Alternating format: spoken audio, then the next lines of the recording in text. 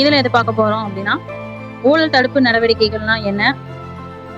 அதாவது ஊழல்னா என்ன? ஊழல் வந்து எதனால ஏற்படும்? ஊழல்னால பாதிப்புகள் என்னென்ன பாதிப்புகள் ஏற்படுது அப்படின்னும், இந்தியாவுல வந்து ஊழல் தடுப்பு அமைப்புகள் எது எது இருக்கு அப்படின்னு பத்தியும், லோக்பால், லோக் ஆயுக்தா அதெல்லாம் பார்க்குறோம். எக்ஸாம் பாயிண்ட் ஆஃப் வியூல எதெல்லாம் இம்பார்ட்டனோ அதெல்லாம் வந்து இந்த வீடியோல நம்ம பார்க்க போறோம். வாங்க வீடியோக்குள்ள போலாம்.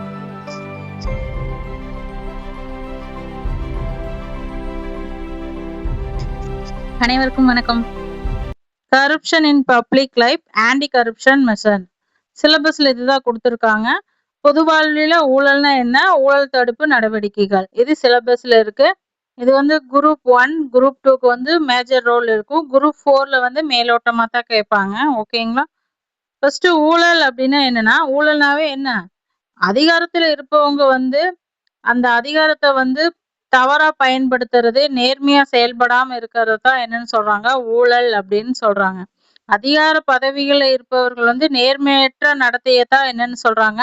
ஊழல் அப்படின்னு சொல்றாங்க. ஊழலுக்கான காரணங்கள் அப்படின்னு சொன்னா, எது எது வந்து ஊழலுக்கான காரணங்கள் அப்படின்னு சொல்லும்போது, வெளிப்படைத்தன்மை இன்மை. வெளிப்படைத்தன்மை இல்லை அப்படிங்கிறது வந்து, இப்போ நாம ஒரு சர்டிபிகேட் வாங்க போறோம் அப்படின்னா, வெளிப்படையா வந்து இந்த சர்டிபிகேட்ல இப்ப இன்கம் சர்டிபிகேட் எடுத்துக்கங்க. இன்கம் சர்டிபிகேட் வாங்க போறோம் அப்படின்னா, ஒரு அவங்க வெளிப்படையா வந்து இது இது இருந்தா இன்கம் சர்டிபிகேட் கேட்டகரி கீழ அப்படின்னு குடுக்கும்போது நம்மளுக்கு பிரச்சனை இல்ல. இப்போ எடுத்துக்காட்டா பார்த்தோம் அப்படின்னா, 2,00,000 வரைக்கும் இருக்கிறவங்க, இந்தந்த தொழில் செய்றவங்களுக்கு இவ்வளவுதான் வருமானம் குடுப்பாங்க. வீட்ல இருக்கிறவங்களுக்கு இந்த சர்டிபிகேட் அப்படின்னு வெளிப்படையா அரசே வந்து ஒரு விதிகள கொண்டு வந்திருந்தா அப்படின்னா பிரச்சனை இல்ல. ஆனா என்ன நடக்குது அப்படின்னு பார்த்தோம்னா, ஒரு ஸ்கீம்க்காகவோ, இல்ல நலத்திட்டத்துக்காகவோ நம்மளுக்கு ஒரு இன்கம் சர்டிபிகேட் வாங்க போகும்போது, அவிங்க இஷ்டத்துக்கு ஒவ்வொரு ஸ்கேல் குடுப்பாங்க. இப்ப டாக்ஸ் கட்டிட்டு ப்ராப்பரா இன்கம் டாக்ஸ் கட்டிட்டு வரவங்களுக்குலாம் பிரச்சனை இல்ல. ஆனா இன்கம் டாக்ஸ் கட்டாத நெறைய பேர் இங்க இருக்காங்க. அவிங்களுக்கு எல்லாமே வருமான சான்றிதழ் அப்படிங்கிறது கம்மியா குடுப்பாங்க. சாதாரண மக்களுக்கு பார்த்தா நெறைய போட்டுருவாங்க. இந்த மாரி பிரச்சனை வருது. அது இப்ப நடைமுறையிலயும் இருந்துட்டு தான் இருக்கு. இதத்தான் என்னன்னு சொல்றோம், வெளிப்படைத்தன்மை இல்லை அப்படிங்கிறது. வெளிப்படைத்தன்மைனா, யார் யார் இந்தந்த கேட்டகரியில வேலை செய்றாங்களோ, அவிங்களுக்கு இந்த அவ்வளோ இன்கம் தான் போட்டு தரப்படும் அப்படின்னா பிரச்சனையே இல்ல. ஆனா விதிகள்லயே இங்க வெளிப்படைத்தன்மை இல்லாத போது தான் அங்க பிரச்சனை வருது. ஓகேங்களா? அடுத்தது பலவீனமான நிறுவனங்கள் மற்றும் பயனற்ற சட்ட அமைப்புகள். நிறுவனங்கள் வந்து பலவீனமா இருக்கு. அதனோட சட்ட கட்டமைப்புகளும் வந்து பலவீனமா இருக்கு அப்படின்னா, அது ஏத்துக்க தான் வேணும். இப்ப நடைமுறையில அப்படித்தான் இருக்கு. சில அரசு நிறுவனங்களில ஊழல் நடந்துட்டே தான் இருக்கு. இப்ப பத்திரப்பதிவு போறோம் அப்படின்னா, வெளிப்படையா ஒரு அமௌண்ட் சொல்லுவாங்க. அது போக எக்ஸ்ட்ரா வாங்குறாங்க. அத நாம வந்து தெரியும். எல்லாத்துக்கு தான் தெரியும். காசையும் தான் புடிக்கிறாங்க. ஆனா, அத மாற்ற முடிஞ்சுச்சா அப்படின்னா, கேள்விக்குறிதான். இதுக்கு பேர் தான் வந்து ஊழல். வெளிப்படை தன்மை இல்ல. வெளிப்படையா இருந்தாலும் அத நம்மனால கண்டுபிடிச்சாலும் ஒண்ணும் பண்ண முடியல. அத சொல்றது. குறைந்த சம்பளம் மற்றும் ஊக்கத்தொகை. ஊழல் நடக்கறக்கு முக்கியமான காரணங்கள் ஒன்றா என்ன சொல்றாங்க? ஊழியர்களுக்கு வழங்கப்படும் சம்பளம் அப்படிங்கிறது குறைவா இருக்கும். அவைங்க செஞ்ச வேலைக்கு ஊக்கத்தொகை கிடைக்காத போது ஊழலுக்கு போறாங்க அப்படிங்கிறாங்க. பட் வந்து அது இப்ப இருக்கிற நடைமுறையில சாதாரண மக்கள் வந்து ஒரு டெலிவரி பாய் பார்த்தீங்கன்னா, டெலிவரி வேலைய காலையில 8 மணிலேருந்து நைட்டு 10:30 வரைக்கும் செஞ்சா தான் அவங்களுக்கு ரூ. 800 அப்படிங்கிற ஒரு பேசிக் சேலரியே அவங்களுக்கு கிடைக்கும். ஆனா வந்து அரசு அலுவலகம் அப்படி இல்ல. காலையில 10 மணிக்கு போய் 5 மணிக்கு போனாவே அவங்களுக்கு ரூ. 1,500 அப்படிங்கிற ஸ்கேலுக்கு போயிட்டாங்க.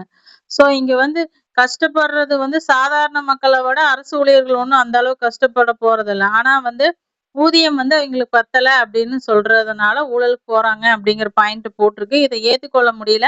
ஆனா நடைமுறையில இதுவும் ஒரு காரணங்களா இருக்கலாம். எந்த இடத்துல எல்லாம் குறைந்த சம்பளம், ஊக்கத்தொகை பிரச்சனை வரும் அப்படின்னு, எந்த இடத்துல வருது அப்படின்னு பார்த்தா, இப்ப டாஸ்மார்க்ல வந்து ஊழல் இருக்கு அப்படிங்கன்னா, அங்க டாஸ்மாக் ஊழியருக்கு குறைந்த ஊதியம். அதனாலதான் அவிங்க அடுத்த ரூ. 10க்கு போறாங்க. இந்த மாரி ஊழல்லாம் வந்து இதனாலதான் ஏற்படுது அப்படின்னு நம்ம சொல்லலாம். அடுத்தது அதிகாரத்துவ நடைமுறைகள். அதிகாரத்துவ நடைமுறைகள் அப்படின்னா, மேல இருக்கிறவங்களுக்கு அது ஒரு சைக்கிள் மாரி ஊழல் அப்படிங்கிறது நடைமுறையில இருக்கு. அதத்தான் சொல்றாங்க. தகவல் தெரிப்பவர்களுக்கு பாதுகாப்பு இல்லாமை. இது வந்து ஏத்துக்கொள்ளக்கூடியதுதான். இப்ப ஊழல் ஒண்ணு நடக்குது அப்படின்னா, நம்மளே போய் கம்ப்ளைண்ட் பண்றோம் அப்படின்னா, எத்தன பேத்துக்கு பாதுகாப்பு வந்து காவல்துறை தராங்க அப்படிங்கிறது கேள்விக்குறிதான். சில கேஸுகள்ல வந்து கம்ப்ளைண்ட் குடுத்தவங்களோட தகவல் விவரமே வெளியில வந்திருக்கு. அப்படி வந்துச்சுன்னா எப்படி யார் போய் ஊழலுக்கு எதிரா கம்ப்ளைண்ட் குடுப்பாங்க? அதனால இதெல்லாம் வந்து ஊழல் தடுக்க முடியாத முக்கியமான காரணங்களா இருக்குது. சமூக சமத்துவமின்மை. சமத்துவமின்மை அப்படிங்கிறது என்னன்னா, பொருளாதாரம் வந்து எல்லாத்துக்குமே ஒரே மாரி கிடைக்கல. ஏழை அதிகமா இருக்கிறாங்க. பணக்காரர்கள் வந்து குறைந்த அளவு தான் இருக்காங்க. மிடில் கிளாஸ் தான் இங்க வந்து இடையில மாட்டிட்டு மேலேயும் போ முடியாம, கீழயும் போ முடியாம, சமத்துவம் இல்லாம இருக்குது. இந்த சமுதாயமே அப்படித்தான் இருக்கு. அப்போ வந்து இந்த மாரி ஊழல், லஞ்சம் எல்லாமே வேலை வாய்ப்பின்மை எல்லாமே ஏற்பட்டுட்டு தான் இருக்கும். அதுக்கு முக்கிய காரணமே சமூக சமத்துவமின்மை அப்படிங்கிறது ஒரு முக்கிய காரணமா சொல்லலாம். ஓகேங்களா? இதுதான் வந்து ஊழலுக்கான முக்கியமான காரணங்களா சொல்லப்படுது. இது கொஸ்டின் கேட்பாங்களான்னா கேட்பாங்க. சில ஊழல் இப்ப ஸ்டேட்மெண்ட் டைப் கொஸ்டின்காட்டி ஊழல் ஏற்படுவதற்கான காரணம்னு அவிங்களே 4, 5 ஸ்டேட்மெண்ட் குடுப்பாங்க. அந்த இடத்துல நம்ம யோசிக்கணும். ஈஸியான ஸ்டேட்மெண்டா தான் இருக்கும். ஆனா, எது இல்ல, எது ஊழலுக்கான காரணம் இருக்காது அப்படின்னு ட்விஸ்ட் மட்டும் தான் குடுத்துருப்பாங்க. நம்ம கொஸ்டின சரியா படிக்காம போய் தவறு பண்ணுவோம். சிம்பிளான கொஸ்டினுக்கு வந்து கொஸ்டின சரியா படிக்காம நம்ம தவறு பண்ணிருவோம். அந்த தவற வந்து டிஎன்பிஎஸ்சில எப்பவுமே அவாய்ட் பண்ணிறோணும். ஊழலை தடுப்பதன் முக்கியத்துவம் என்ன? இப்ப ஊழல் ஏற்படுது அப்படின்னா, ஊழல ஒழிக்கணும்னு ஏன் சொல்றோம் அப்படின்னு பார்த்தோம்னா, பொறுப்புணர்வை ஊக்குவிக்கணும். இப்ப வந்து நம்ம அரசு துறை அப்படிங்கிறது வந்து சேவை துறை. மக்களுக்கு சேவை தான் செய்றோம் அப்படிங்கிற பொறுப்ப உணர்ந்து ஊழியர்கள் செயல்படணும் அப்படிங்கிறதுக்காக தான் இந்த ஊழல ஒழிக்கணும் அப்படின்னு சொல்லப்படுகிறது. வெளிப்படைத்தன்மை எல்லாமே ஓப்பன்னா வந்து எல்லாருக்கும் தெரியிற மாரி இருக்கணும் அப்படின்னும், நம்பிக்கையை கட்டியெழுப்புதல் அரசு மேல மக்களுக்கு நம்பிக்கை வரணும். குடிமக்களோட நல்லொழுக்கத்தை வந்து ஊக்குவிக்கணும். மக்கள்ட்டயும் வந்து லஞ்சம் கொடுப்பது தவறு அப்படிங்கிற நல்ல ஒழுக்கத்த வந்து ஊக்குவிக்கணும். சட்டத்தின் ஆட்சியை ஆதரிக்கிறது. சட்டத்தின் ஆட்சி அப்படின்னா, நீதிமன்றத்தின் தான் உயர்ந்த அமைப்பு. சட்டத்தின்படி தான் எல்லாமே நடக்குது அப்படிங்கிறத பாதுகாப்ப வந்து மக்களுக்கு வந்து ஏற்படுத்தணும் அப்படிங்கிறதுக்கும், ஊழல் புகார் அளிச்சாங்க அப்படின்னா, அவிங்கள பாதுகாத்து அவிங்களோட தகவல்கள வெளிய சொல்லாம பாதுகாக்கணும் அப்படின்னும், உலகளாவிய நற்பெயர் உலக அளவுல இந்தியா போன்ற நாடுகளுக்கு நற்பெயர் வரணும் அப்படிங்கிறதுக்காகவும், நீண்ட கால நிலைத்தன்மை நாட்டோட வளர்ச்சி அப்படிங்கிறது நீண்ட காலத்துக்கு இருக்கணும் அப்படின்னா, இந்த ஊழல் எல்லாம் ஒழிக்கணும் அப்படிங்கிறது ஒரு முக்கியத்துவம் வாய்ந்ததா இருக்கு. ஊழல வந்து எப்படிலாம் எதிர்த்து போராடலாம் அப்படின்னு பார்த்தோம்னா, ஊழல் எதிர்ப்பு அமைப்புகள வந்து வலுப்படுத்தணும். ஊழல் எதிர்ப்பு அமைப்புகள் வந்து எது எதுன்னா, மத்திய ஊழல் கண்காணிப்பு, லோக்பால், லோக்காயுக்த் அதெல்லாம் வந்து சுயாட்சியா இருக்கணும். எந்த ஆட்சிக்கு வந்தாலுமே அவிங்க வந்து தன்னிச்சையா செயல்பட்டு, ஆட்சியில உள்ளவர்கள் மீதும் வந்து நடவடிக்கை எடுக்கிற மாரி இருக்கணும். ஆனா, இந்தியா போன்ற நாடுகள்ல அந்த மாரி ஒரு நிலை ஏற்படுமா அப்படிங்கிறது கேள்விக்குறிதான். தன்னாட்சியா செயல்படுதா அப்படிங்கிறது கேள்விக்குறிதான். ஓகேங்களா? ஆனா வந்து ஊழல் க அம் ஊழல் ஒழிக்கிற அமைப்புகள் அப்படிங்கிறது தன்னிச்சையா செயல்பட்டுச்சு அப்படின்னா தான் வந்து ஊழல ஒழிக்க முடியும். டிஜிட்டல் ஆளுமை மற்றும் வெளிப்படைத்தன்மையை மேம்படுத்தணும். பொது செலவினங்களை எல்லாம் கண்காணித்து ஊழல்களுக்கு வாய்ப்புகளை குறைக்கணும். மில் ஆளுமை தளங்களை ஊக்குவிக்கணும். ஆன்லைன் போர்ட்டல்ஸ அதிகரிக்கணும் அப்படிங்கிறாங்க. ஆனா ஆன்லைன் போர்ட்டல்ஸ்லயுமே வந்து சைபர் கிரைம் அட்டாக் நெறைய நடக்குது. ஓகேங்களா? அது ஹேங்கர் வந்து ஹேங் பண்ணிக்கிறாங்க. அந்த டிஜிட்டல் போர்ட்டலுக்கு மாறுனதுக்கு அப்புறம் தான் அக்கவுண்ட்ல இருக்கிற காசெல்லாம் நெறைய திருடுற குற்றங்கள் வந்து அதிகரிச்சுட்டு இருக்கு. ஸோ எதையுமே சேஃப்டியா கொண்டு வரணும் அப்படின்னா, ஒரு திட்டம் கொண்டு வந்தோம் அப்படின்னா, அத பாதுகாக்கறக்கான வழிமுறைகளையும் அரசு ஏற்படுத்த தான் வேணும். ஓகேங்களா? தகவல் தெரிவிப்பவருக்கு பாதுகாப்பு. இதுதான் வந்து ஒரு முக்கியமான விஷயம். ஏன்னா, ஊழல் ஏற்படுது. அத பத்தி ஒருத்தரு கம்ப்ளைண்ட் பண்றாங்க அப்டின்னா, அவைங்களுக்கு தகுந்த பாதுகாப்பு கொடுக்கணும். அப்பதான் வந்து மத்த பக்கம் ஊழல் வரும்போது, மற்றவர்களும் வந்து தெரிவிக்கிறக்கு முன் வருவாங்க. இப்ப கம்ப்ளைண்ட் குடுத்தவங்களுக்கே பாதுகாப்பு இல்லாம, அவைங்களுக்கே வந்து அச்சுறுத்தலுக்கு உள்ளாகுறாங்க அப்டின்னா, அடுத்த ஒரு ஊழல் நடக்கும்போது யாருமே சொல்றக்கு முன்னாடி வரமாட்டாங்க. அதனால தகவல் தெரிவிப்பவருக்கு பாதுகாப்பு அப்டிங்கிறது ஒரு முக்கியம். ஆனா, தகவல் தெரிவிப்பதற்கு பாதுகாப்பு சட்டம் அப்படிங்கிறதே அரசு கொண்டு வந்திருக்காங்க. 2014ஆம் ஆண்டு தகவல் தெரிவிப்பதற்கு பாதுகாப்பு சட்டம் அப்படிங்கிற ஒரு சட்டத்தவே வந்து கவர்மெண்ட் கொண்டு வந்து நடைமுறைப்படுத்தியிருக்காங்க. சமூக தணிக்கைகள், பொது திட்டங்கள் கண்காணிப்பதுல சமூக பங்களிப்பை உறுதி செய்வதற்காக குறிப்பாக மகாத்மா காந்தி ஊரக வேலைவாய்ப்பு திட்டம் இந்த மாதிரி போன்ற நலத்திட்டங்கள் எல்லாம் வந்து இருக்குதுன்னா, அத கண்காணிக்கிறதுக்கும் ஒரு அமைப்புகளே ஏற்படுது. 100 நாள் வேலை திட்டத்துக்கு போனா கூலி வந்து ரூ. 350 குடுக்குறாங்க அப்படின்னா, கரெக்ட்டா அது பயனாளிகளுக்கு போய் சேருதா அப்படிங்கிறத கண்காணிக்கோணும். அது வந்து வெளிப்படையாவே சில இடங்கள்ல வந்து குடுக்குற காசு அவங்களுக்கு போய் சேர்றதே இல்ல. அது கமிஷன் எல்லாம் எடுத்துட்டு அப்புறம் தான் வந்து பயனாளிகளுக்கு அது வேலை செய்யற வேலையாட்களுக்கு போய் சேருது. இதெல்லாம் வந்து தவறான அணுகுமுறை தான். இதெல்லாம் சரி செய்யப்படக்கூடியது தான். ஆண்டாண்டு காலமா நம்ம பார்த்துட்டு தெரிஞ்சுட்டு தான் இருக்கிறோம். ஆனா சரி செய்ய முடியல அப்படின்னா, அது அரசோட இயலாமைய தான் காட்டுது. அடுத்தது ஆர்டிஐ தகவல் அறியும் உரிமை. நிர்வாகத்துல வெளிப்படைத்தன்மைகளை கோர்றக்கு தகவல் அறியும் உரிமை சட்டத்த வந்து பயன்படுத்துவாங்க. இப்ப பயப்படணும். ஆர்டிஐ வந்து யார் வேணாலும் கேட்பாங்க. நம்மகிட்ட வந்து தகவல கேட்பாங்க அப்படின்னு வந்து அலுவலர்கள் பயந்துட்டு அத வந்து சரியா நடந்துக்கணும். அதுக்காக கொண்டு வந்தது தான் இந்த ஆர்டிஐ. ஓகேங்களா? அத பத்தி தனி டாபிக்கே இருக்கு. அதுல பார்க்கலாம். சர்வதேச ஒத்துழைப்பு. வெளிநாட்டு வங்கிகளில் பதுக்கி வைக்கப்பட்டுள்ள சட்டவிரோதமான சொத்துக்களை மீட்பது உள்ளிட்ட எல்லை தாண்டிய ஊழலை சமாளித்து சர்வதேச ஒத்துழைப்பை மேம்படுத்துதல். ஒருத்தர் வந்து ஆட்சிக்கே வந்தாரு. கருப்பு பணத்த மீட்பேன்னு சொல்லி. ஆனா அது இப்ப வரைக்குமே அது நடைமுறைக்கு வந்துச்சா அப்படிங்கிறது வந்து கேள்விக்குறிதான். ஓகேங்களா?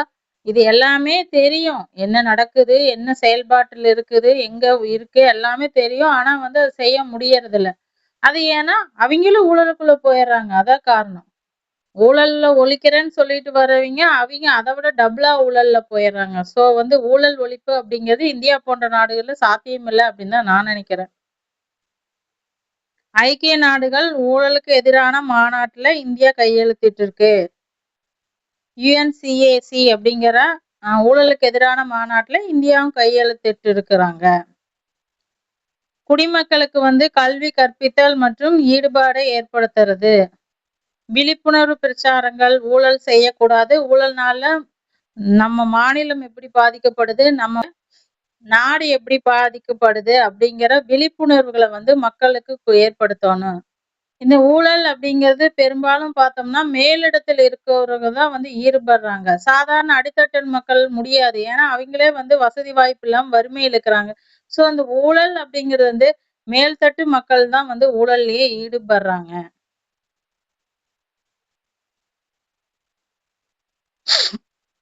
இது முக்கியமான பாயிண்ட்ஸ். இது வந்து டிஎன்பிசில கொஸ்டின் கேட்கக்கூடிய கேள்வி. அதனால பார்த்துக்கங்க. ஊழலை எதிர்த்து போராடுவதற்கான சட்ட கட்டமைப்புகள் எந்த மாதிரி சட்டங்கள்லாம் வந்து இந்தியாவுல நடைமுறையில இருக்கு அப்படின்னு பார்த்தோம்னா, இந்திய தண்டனை சட்டம் 1860லயே கொண்டு வந்தாங்க.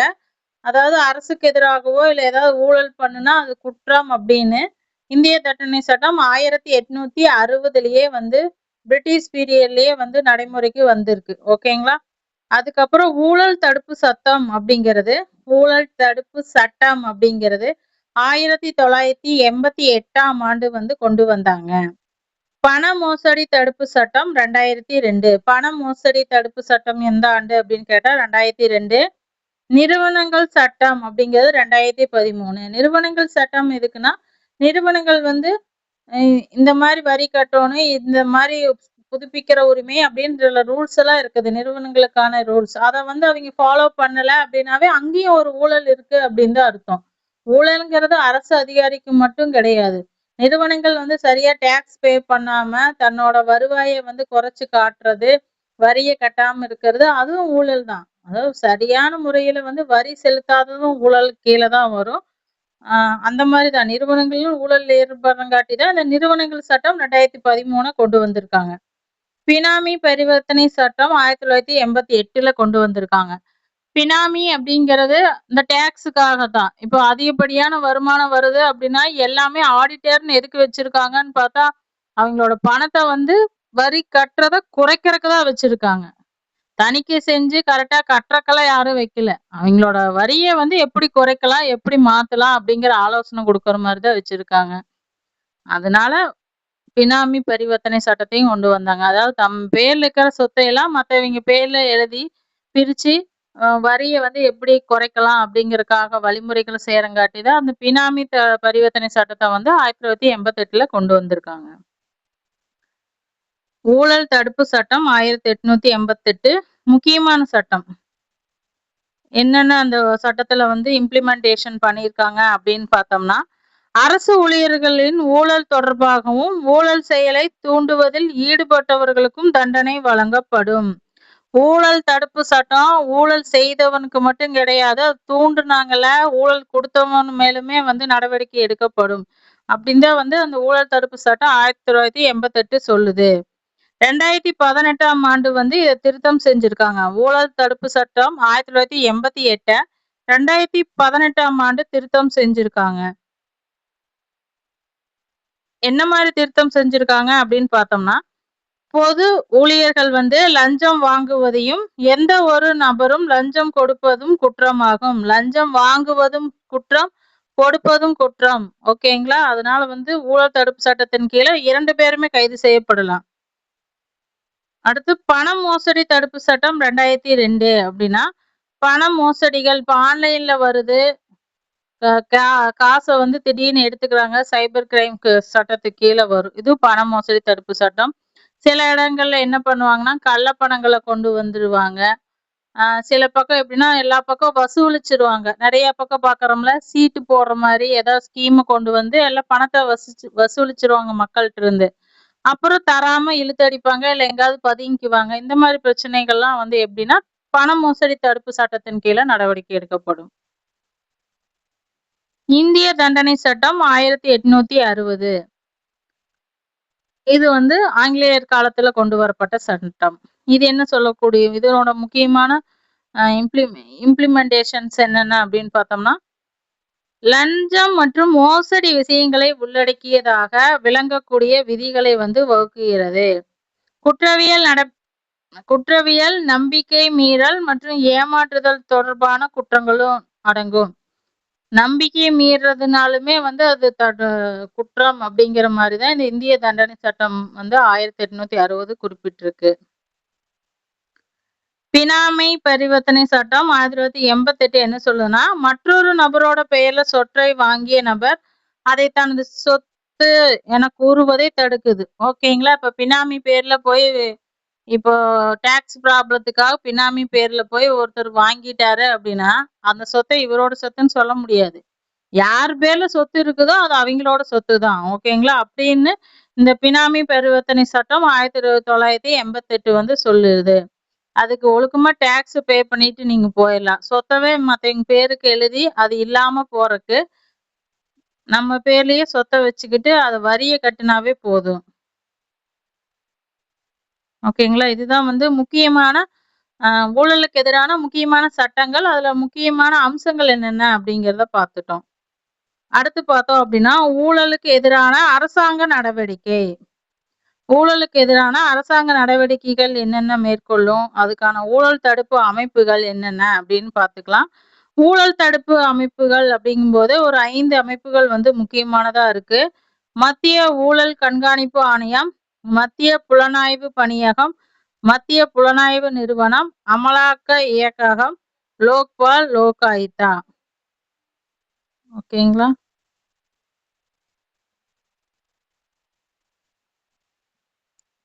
ஊழல் தடுப்பு அமைப்புகள் அப்படிங்கும்போது இந்தியாவுல முக்கியமான அமைப்புகள் எது அப்படின்னா, மத்திய ஊழல் தடுப்பு ஆணையம் சிவிசி, மத்திய புலனாய்வு துறை CBI, CVC CBI central vigilance commission. இது முக்கியமான சிபிஐ இந்த முக்கியமான அமைப்பா இருக்கு. இந்த லோக்பால், லோக் ஆயுக்தா, அமலாக்கத்துறையெல்லாம் அடுத்த கட்டத்துக்கு தான் வரும். முதல்ல இது சிவிசி சிபிஐ தான் முக்கியமான ஊழல் தடுப்பு அமைப்புகள். இது என்னென்ன அப்படின்னு ஒவ்வொன்றா அடுத்தடுத்து பார்க்கலாம். மத்திய ஊழல் கண்காணிப்பு ஆணையம் CVC, central vigilance commission. Central vigilance commissioner அப்படின்னா என்னன்னா, இந்திய அரசு துறையில ஊழலை தடுக்கிறதுக்காக 1964ஆம் ஆண்டு சந்தானம் குழுவின் நீதிபதி சந்தானம் குழுவோட பரிந்துரையின் அடிப்படையில தொடங்கப்பட்டதுதான் இந்த சிவிஜி.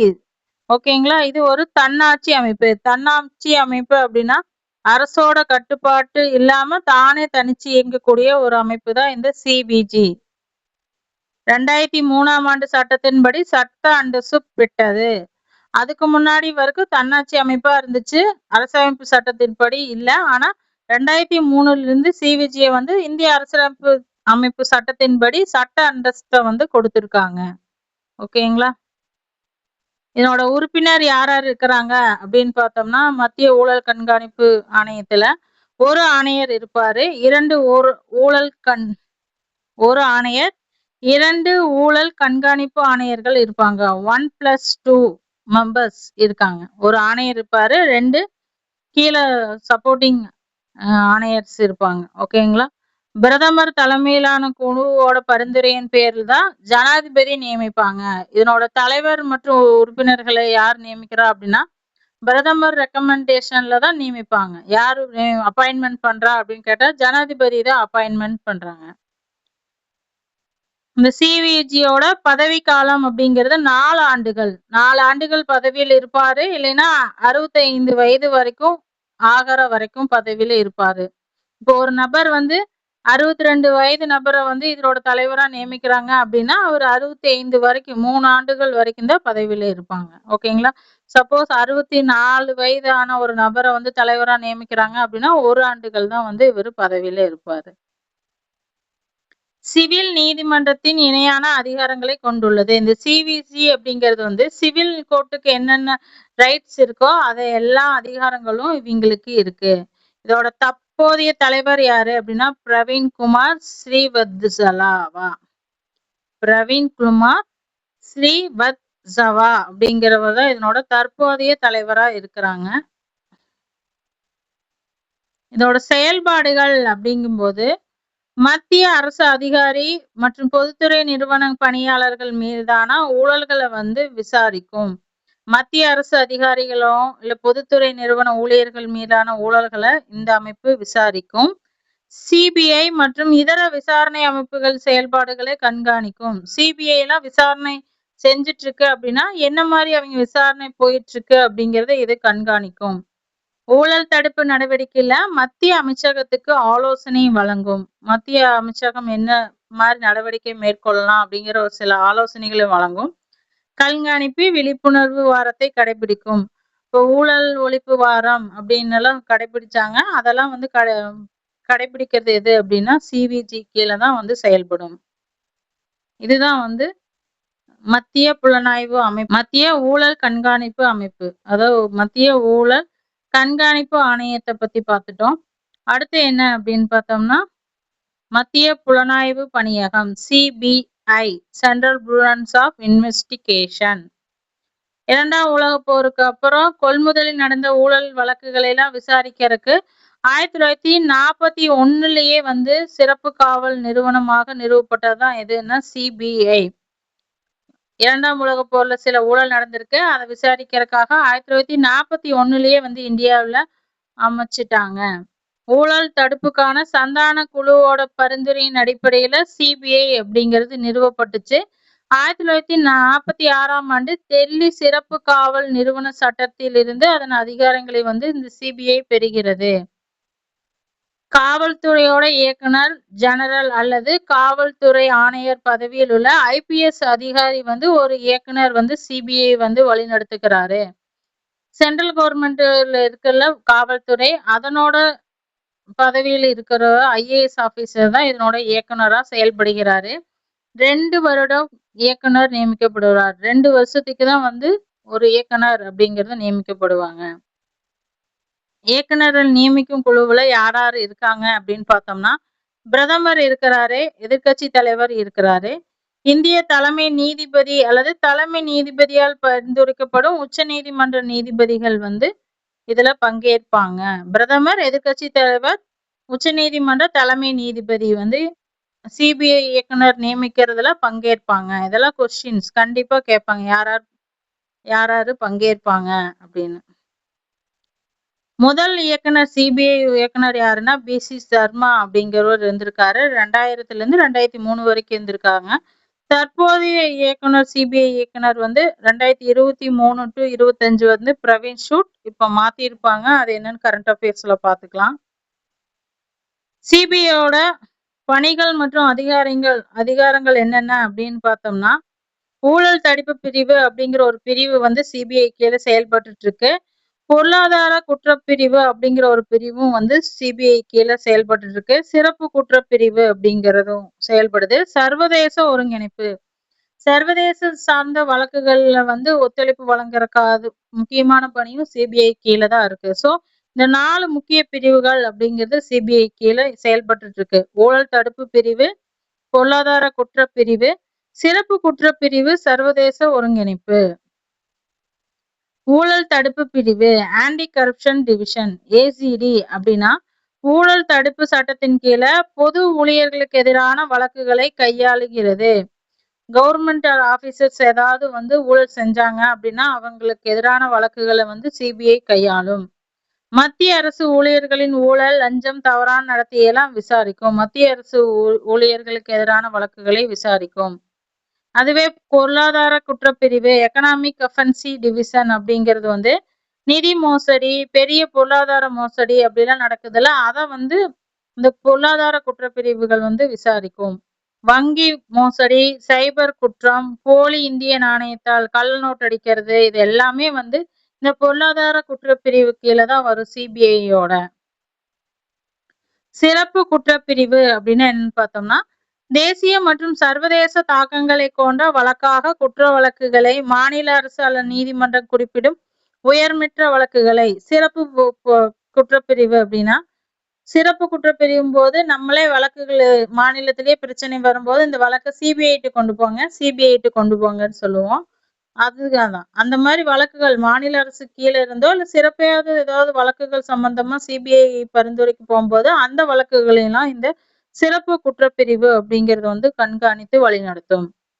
சர்வதேச ஒருங்கிணைப்பு அப்படின்னா இன்டர்போல் அப்படின்னா உலகளாவிய போலீஸுகளை தான் என்னன்னு சொல்றாங்க, இன்டர்போல் அப்படின்னு சொல்றாங்க.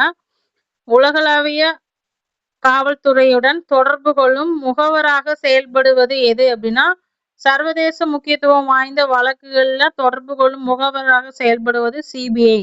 இந்தியாவின் அதிகாரப்பூர்வமாக நியமிக்கப்பட்ட ஒற்றை தொடர்பு புள்ளி அப்படிங்கிறது சிபிஐ தான்.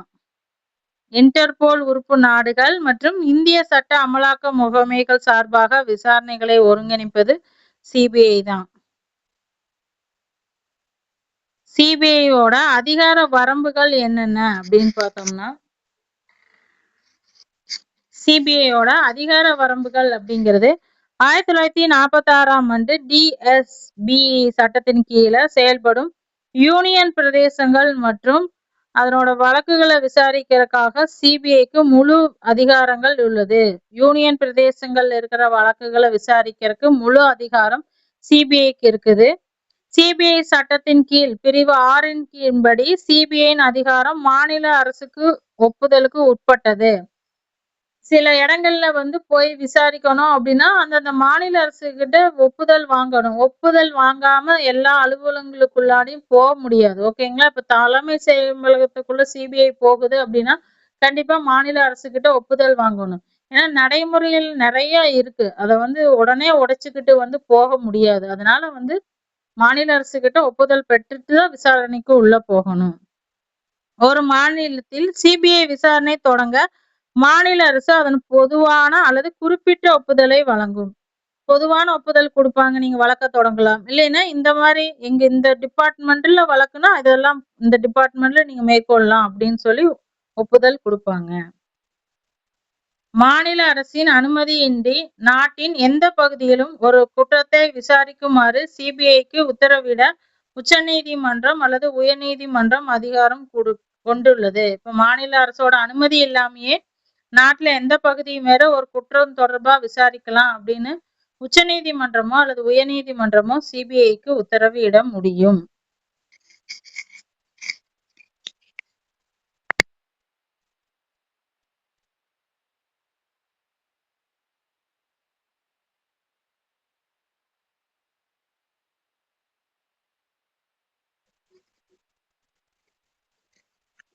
அடுத்து பார்த்தோம் அப்படின்னா தேசிய புலனாய்வு முகமை த நேஷனல் இன்டெலிஜேஷன் ஏஜென்சி NIA அப்படின்னா என்னன்னு பார்க்கலாம்.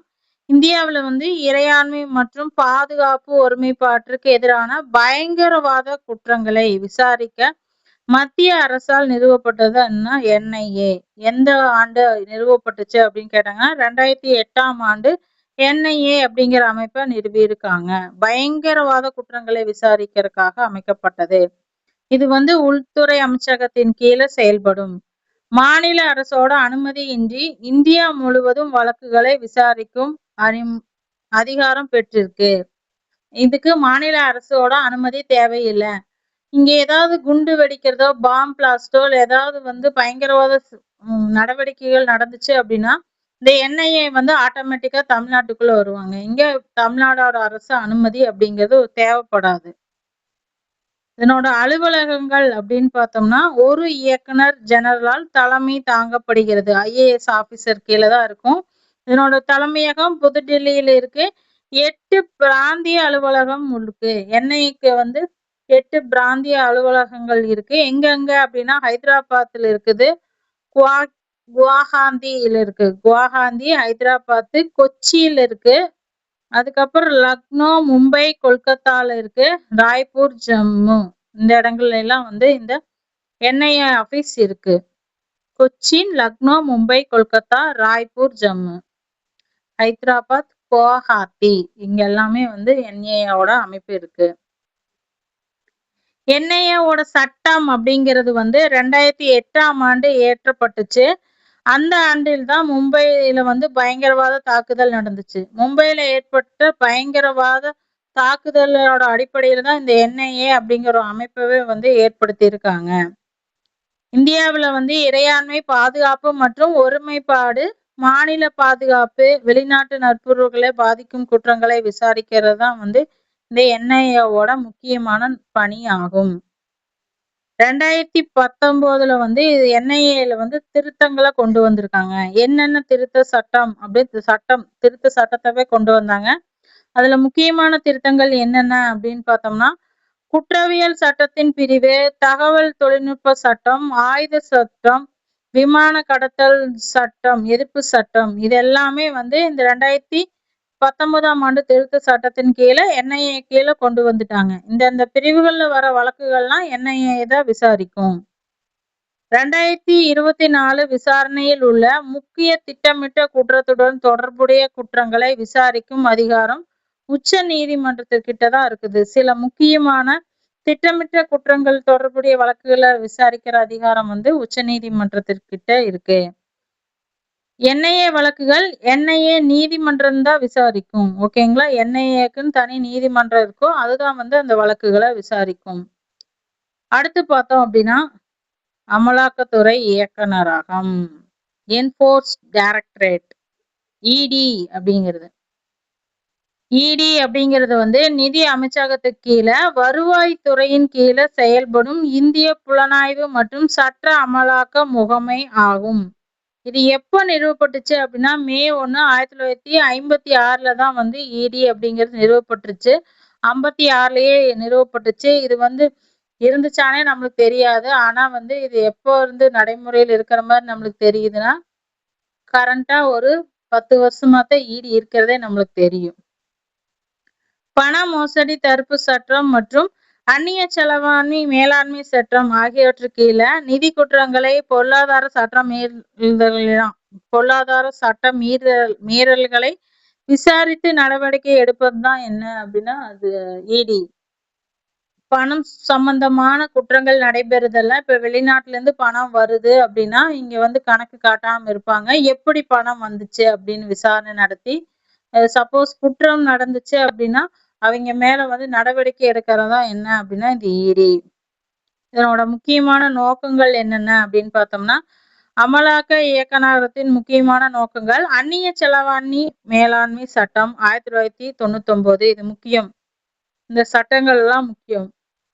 அந்நிய செலவாணி மேலாண்மை சட்டம் 1999, பண மோசடி தடுப்பு சட்டம் 2002, தப்பியோடிய பொருளாதார குற்றவாளி சட்டம் 2018 போன்ற சட்டங்களை எல்லாம் அமல்படுத்தும். ஓகேங்களா? இதுதான் வந்து முக்கியமான நோக்கம். அடுத்தது வருமான வரி அதிகாரி, கலால் அதிகாரி, சுங்க அதிகாரி மற்றும் காவல்துறை, IARS, IPS, IAS அதிகாரிகள் எல்லாம் வந்து இந்த இடி அப்படிங்கிறது கொண்டிருக்குது. இதனோட பதவி காலம் வந்து 2ல இருந்து 5 ஆண்டுகள் வந்து 2 ஆண்டுகள் தான். ஆனா 5 ஆண்டுகள் வரைக்கும் அரசு நீட்டிக்கன்னா நீட்டிப்பாங்க. ஓகேங்களா? பதவி காலம் வந்து 2 ஆண்டுகள். ஆனா 5 ஆண்டு வரைக்கும் நீட்டிக்கிறதுக்கான அதிகாரம் அரசுகிட்ட இருக்கு. COFE BOSA COFOSA அப்படின்னா அந்நிய செலவாணிகள் பாதுகாப்பு மற்றும் கடத்தல் நடவடிக்கைகள் தடுப்பு சட்டம் 1974 கீழே பீமா மீறல்கள் தொடர்பாக தடுப்பு காவல் வழக்குகளை ஆதரிக்க இந்த இயக்குநரகம் அமைக்கப்பட்டுச்சு.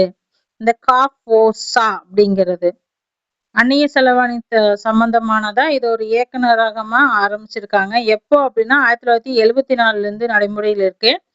அந்நிய செலவாணி சட்டங்கள், ஒழுங்குமுறைகள், மீறல்கள் குறித்து சந்தேகப்படும் விசாரணைகளை நடத்துவதற்கும் சட்டத்தை மீறுவதாக கருதப்படும் நபர்கள் மீது விசாரணை நடத்தி தீர்ப்பு வழங்கி அபராதம் விதிப்பதற்கும் இந்த இடிக்கு பொறுப்பு வழங்கப்பட்டு உள்ளது.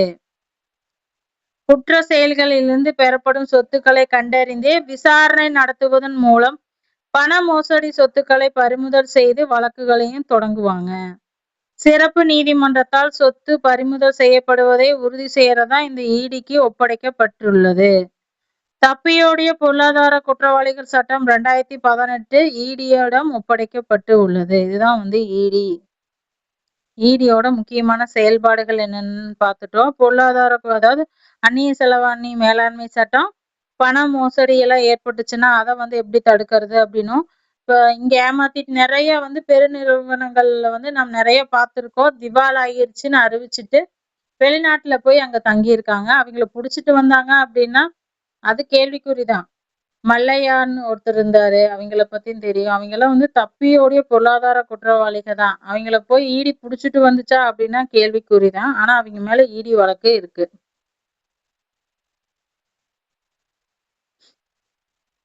லோக்பால், லோக் ஆயுக்தா. லோக்பால் அப்படிங்கிறது என்னன்னா, லோக்பால்ங்கிறது இந்திய குடியரசின் உயர்மட்ட ஊழல் எதிர்ப்பு மற்றும் மக்கள் குறை தீர்க்கும் அமைப்பு. லோக்பால்ங்கிறது மக்கள் குறை தீர்க்கும் அமைப்பு. சென்ட்ரல் கவர்மெண்ட்ல வந்து ஊழல் எதிர்ப்பு வருதுல்ல, அதுக்கெல்லாம் மக்கள் குறை தீர்க்கும் அமைப்பு தான் இந்த லோக்பால். லோக்பால் அப்படின்னா மக்களோட பாதுகாவலர் அப்படின்னு பொருள்படும். பிரதமர், அமைச்சர்கள், அரசு அதிகாரிகள் மீதான ஊழல் குற்றச்சாட்டுகளை விசாரிக்க லோக்பால் மற்றும் லோக் ஆயுக்தா சட்டம் 2013 உருவாக்கப்பட்டுச்சு. லோக்பால்ங்கிறது மத்திய அரசு ஊழியர்கள், பிரதமர்கள், அமைச்சர்கள் யாரு மேல ஊழல் குற்றம் இருந்தாலும் விசாரணை செய்து தீர்வு காண்பதற்காக அமைக்கப்பட்டதுதான் இந்த லோக்பால் அமைப்பு. எப்போ அப்படின்னா 2013 லோக்பால் மற்றும் லோக் ஆயுக்தா சட்டத்தின் மூலம் உருவாக்கப்பட்டுச்சு. லோக்பால் அப்படிங்கிற கான்செப்டை வந்து உருவாக்கியவர் யாருன்னா ML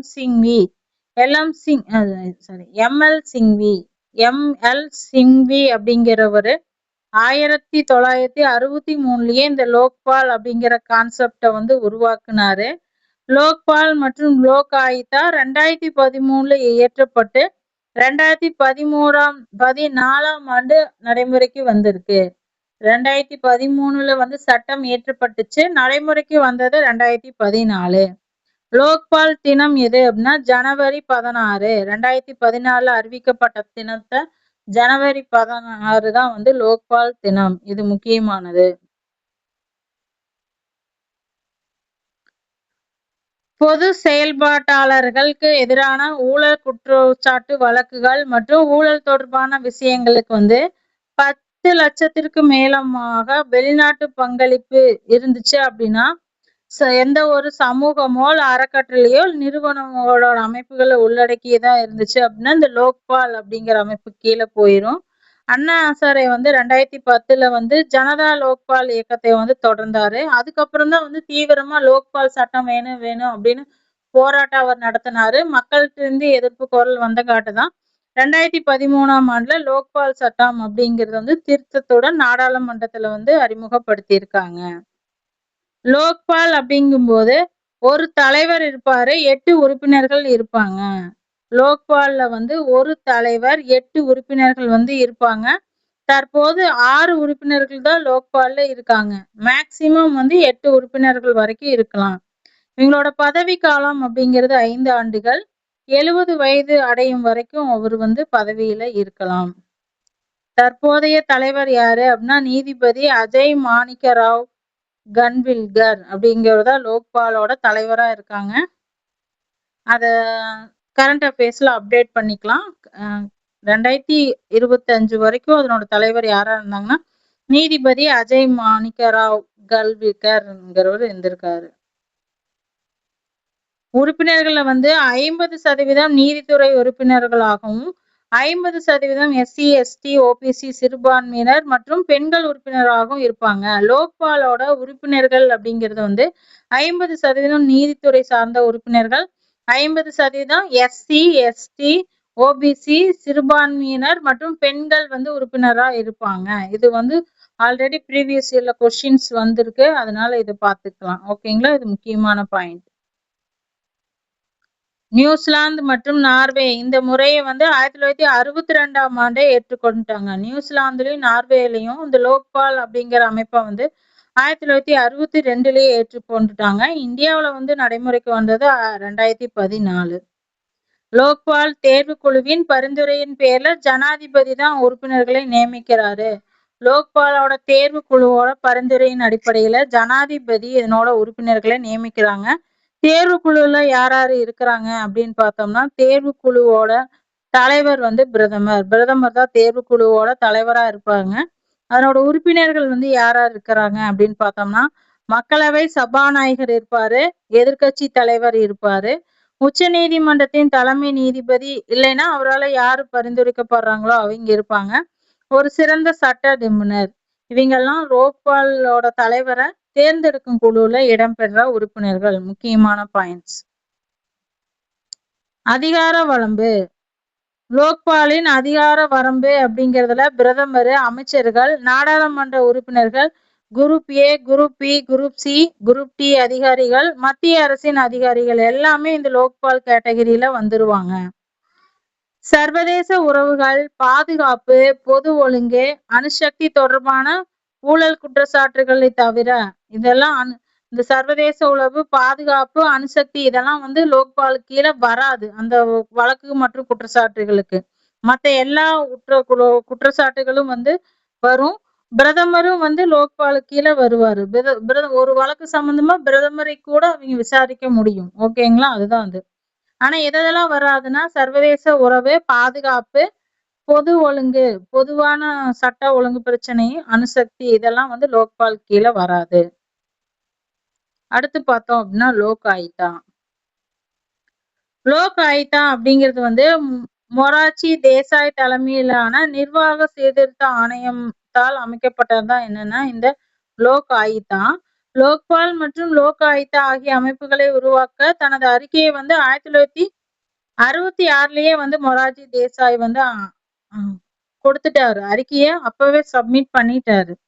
2004ஆம் ஆண்டுல இருந்து ஐக்கிய நாடுகள் சபை ஊழலுக்கு எதிரான மாநாட்டை நடத்தியது. இந்தியா வந்து ஊழலுக்கு எதிராக பூஜ்ஜிய சகிப்புத்தன்மை அப்படிங்கிற ஒரு தீர்மானத்தை வந்து கொண்டு வந்தாங்க. ஐநா நாட்டிலும் அங்கீகரிக்கப்பட்டிருக்கு. நமது நாடாளுமன்றம் அப்படிங்கிறது லோக்பால் மற்றும் லோக் ஆயுக்தா சட்டத்தை 2013ல ஏற்றுச்சு. 16/1/2014 வந்து அமலுக்கு வந்துச்சு. ஓகேங்களா. முதலமைச்சர்கள். லோக்பால் அப்படிங்கிறது மத்திய அரசு ஊழியர்கள், மத்திய அரசு அதிகாரிகள், பிரதமர், அமைச்சர்கள் அவங்க எல்லாம் வருவாங்க. அதுவே வந்து லோக் ஆயுக்தா அப்படிங்கிறது மாநில அரசு ஊழியர்கள், முதலமைச்சர், அமைச்சர்கள், அரசு அதிகாரிகள், உள்ளாட்சி அமைப்பு பிரதிநிதிகள் எல்லாமே விசாரணை வரம்புக்குள்ள வருவாங்க. விசாரணை வரம்புக்குள் அப்படின்னா ஒரு வழக்கு சம்பந்தமா இவங்க யாருக்கிட்ட வேணாலும் விசாரிக்க முடியும். அது லோக் ஆயுக்தாக்குள்ள ஒரு வழக்கு வருது அப்படின்னா மாநிலத்துல முதலமைச்சர் உட்பட எல்லாருக்கிட்டையுமே விசாரணைக்கிறதுக்கு அதிகாரம் உண்டு. தமிழ்நாடு லோக் ஆயுக்தா சட்டம் 2018 ஏப்ரல்ல தான் ஏற்றுக்கொண்டாங்க. 2018 ஏப்ரல் 20ல தான் வந்து இந்த லோக்பால் சட்டத்தை தமிழ்நாடு அரசு ஏற்றுக்கொண்டாங்க. 2019 முதல் தான் தமிழ்நாட்டுல செயல்பட்டு இருக்கு லோக்பால். 1971 மகாராஷ்டிரா முதலில் லோக் ஆயுக்தா அமைப்பை நிறுவியது. இந்த லோக் ஆயுக்தா சட்டம் 2018 தமிழ்நாட்டுல கொண்டு வரப்பட்டுச்சு. ஏப்ரல் 20 முதல்ல கொண்டு வரப்பட்டு 2019 முதல் செயல்பாட்டில் இருக்கு தமிழ்நாட்டுல லோக் ஆயுக்தா. அதுவே மகாராஷ்டிராவுல லோக் ஆயுக்தா முதலில் 1971 மகாராஷ்டிரா மாநிலம் முதலில் லோக் ஆயுக்தா அமைப்பை நிறுவியது. லோக் ஆயுக்தா அமைப்பை நிறுவிய முதல் மாநிலம் எது அப்படின்னு கேட்டா மகாராஷ்டிரா அப்படின்னு சொல்லணும். லோக் ஆயுக்தா சட்டம் இந்தியாவில் முதலில் நிறைவேற்றிய மாநிலம். அமைப்பை நிறைவேற்றியது மகாராஷ்டிரா. ஆனா லோக் ஆயுக்தா சட்டத்தை முதல்ல நிறைவேற்றின மாநிலம் எது அப்படின்னா ஒடிசா. லோக் ஆயுக்தா அமைப்பை நிறுவியது மகாராஷ்டிரா. லோக் ஆயுக்தா சட்டத்தை முதல்ல அமல்படுத்தியது எதுன்னா ஒடிசா. தமிழ்நாடு லோக் ஆயுக்தா ஒரு சுதந்திரமாக நீதித்துறை போன்று செயல்படும் அமைப்பு. பொது ஊழியர்களுக்கு எதிரான ஊழல் புகார்களை விசாரிப்பதற்காக ஏற்படுத்தப்பட்டதுதான் இந்த லோக் ஆயுக்தா. லோக் ஆயுக்தா ஒரு தலைவர் இருப்பாங்க, 2 நீதித்துறை உறுப்பினர்கள், 2 நீதித்துறை சாராத உறுப்பினர்கள், ஒரு தலைவர், 2 நீதித்துறை உறுப்பினர் பிளஸ் 2 நீதித்துறை இல்லாத உறுப்பினர், வேற டிபார்ட்மெண்ட் சேர்ந்தவங்க, மொத்தம் 5 பேர் இந்த லோக் ஆயுக்தால இருப்பாங்க. ஒரு தலைவர், 4 உறுப்பினர்கள். தமிழ்நாடு லோக் ஆயுக்தாவோட பிரிவுகள் என்னென்ன இருக்கு அப்படின்னா நீதித்துறை பிரிவு ஜுடிஷியல் விங், நிர்வாக பிரிவு அட்மினிஸ்ட்ரேஷன் விங். ஜுடிஷியல் விங், நிர்வாக பிரிவு, விசாரணை பிரிவு என்கொயரி விங்ஸ், 3 பிரிவுகள் தமிழ்நாட்டுல இருக்கு. நீதித்துறை பிரிவுல ஒரு பதிவாளர் தலைமையின் கீழ் இருக்குது. அதுவே நிர்வாக பிரிவுனா ஒரு செயலாளர் தலைமையின் கீழ் இருக்கும். விசாரணை பிரிவு கீழே ஒரு இயக்குனர், காவல் கண்காணிப்பாளர் கீழே செயல்படுகிறது. 3 பிரிவுகள் தமிழ்நாடு லோக் ஆயுக்தால இருக்கு. பொது ஊழியர்களுக்கு எதிரான புகார்களை லோக் ஆயுக்தால நாம சமர்ப்பிக்க முடியும். குற்றம் நடந்த நாளிலிருந்து 4 வருடங்களுக்கு மேலான குற்றங்கள் குறித்து புகார் அளிக்க முடியாது. இப்போ நாம ஒரு ஊழியர்கிட்ட நம்ம போறோம், அவங்க நம்ம கிட்ட லஞ்சம் கேக்குறாங்க, நம்மளும் லஞ்சம் கொடுத்து அப்ரூவ்டு வாங்கிட்டோம் அப்படின்னா அது சம்பந்தமா நம்ம இப்போ 4 வருஷத்துக்கு கழிச்சு நாம் புகார் தெரிவிக்க முடியாது. ஆனா இன்னொரு விஷயம், லஞ்ச புகார் போச்சு அப்படின்னா லஞ்சம் வாங்குவதும் குற்றம், கொடுப்பதும் குற்றம் ஆயிரு.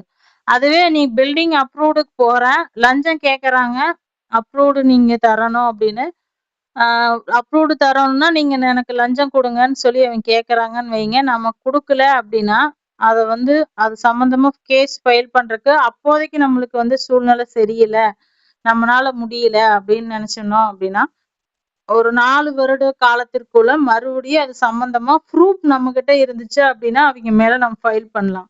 சப்போஸ் ப்ரூஃப் எதுவுமே இல்லை அப்படின்னா நம்மளால கண்டிப்பா ஃபைல் பண்ணவே முடியாது. ஓகேங்களா? அது ஒரு முக்கியமான விஷயம். 4 வருட அவகாசம் இருக்கு அப்படின்னா ப்ரூஃப் இல்லாம எந்த கேஸும் நம்ம ஃபைல் பண்ண முடியாது. ஓகேங்களா? இதுதான் லோக் ஆயுக்தாவோடது. இப்போ வரைக்கும் இந்த வீடியோவில் நம்ம என்ன பார்த்தோம்னா, ஓகேங்களா, இந்த வீடியோல ஊழல் தடுப்பு அமைப்புகளை பத்தி பார்த்திருக்கோம். ஊழல் தடுப்பு சட்டங்கள் என்னென்ன இருக்கு, ஊழலை எப்படிலாம் தடுக்கலாம் அப்படின்னும், இந்தியாவுல முக்கியமான தடுப்பு அமைப்புகள் எது இருக்கு அப்படின்னும், லோக் ஆயுக்தானா என்ன, லோக்பால்னா என்ன அப்படின்னு பார்த்திருக்கோம். அது போக இடியை பத்தியும், சிபிஐ பத்தியும், சிவிசி பத்தியும் பார்த்திருக்கோம். மத்திய அரசு ஊழியர்கள் சம்பந்தமான புகார்களை விசாரிப்பது என்ன அப்படின்னா லோக்பால் மத்திய அரசு ஊழியர்கள் சம்பந்தமான புகாரையும், லோக் ஆயுக்தா அப்படிங்கிறது மாநில அரசு சம்பந்தமான ஊழியர்கள் சம்பந்தமான புகார்களை விசாரிக்கும். அதுவே அமலாக்கத்துறை அப்படிங்கிறது பண மோசடி தடுப்பு சட்டத்தின் கீழே நடவடிக்கை, சட்டவிரோதமா இருக்கிற சொத்துக்களை பறிமுதல் செய்யறதுதான் இடியோட முக்கியமான பணி. சிபிஐனா ஊழல் வழக்குகளை விசாரிக்கும், குற்றவியல் வழக்குகளை விசாரிக்கும். மாநில அரசு பரிந்துரை கேட்டாங்க அப்படின்னா அது விசாரிப்பாங்க. மத்திய மற்றும் பொதுத்துறை நிறுவனங்கள் சார்ந்த வழக்குகளையும் விசாரிக்கும். சிவிசிங்கிறது மத்திய அரசின் ஊழல் கண்காணிப்பு அமைப்பு, அரசு ஊழியர்கள் நடத்தை கண்காணிக்கும், புகார்களை விசாரிக்கும். ஓகேங்களா? இதோட முக்கியமான பாயிண்ட்ஸ், இது இம்பார்ட்டன்டான பாயிண்ட்ஸ் தான். கொஸ்டின் கேட்டுட்டே தான் இருப்பாங்க. அதுல எல்லாமே இந்த வீடியோல இருக்கு. புக்ல இது இருக்கா அப்படின்னு கேட்டா இல்ல. புக்ல இல்லாத கண்டென்ட் தான் இது. ஓகேங்களா, நல்லா பாத்துக்கங்க. ஆனா கொஸ்டின் வரக்கூடியது. இந்த கண்டென்ட் புக்ல இல்ல, இது ஜெனரல் டாபிக் தான். ஓகேங்களா.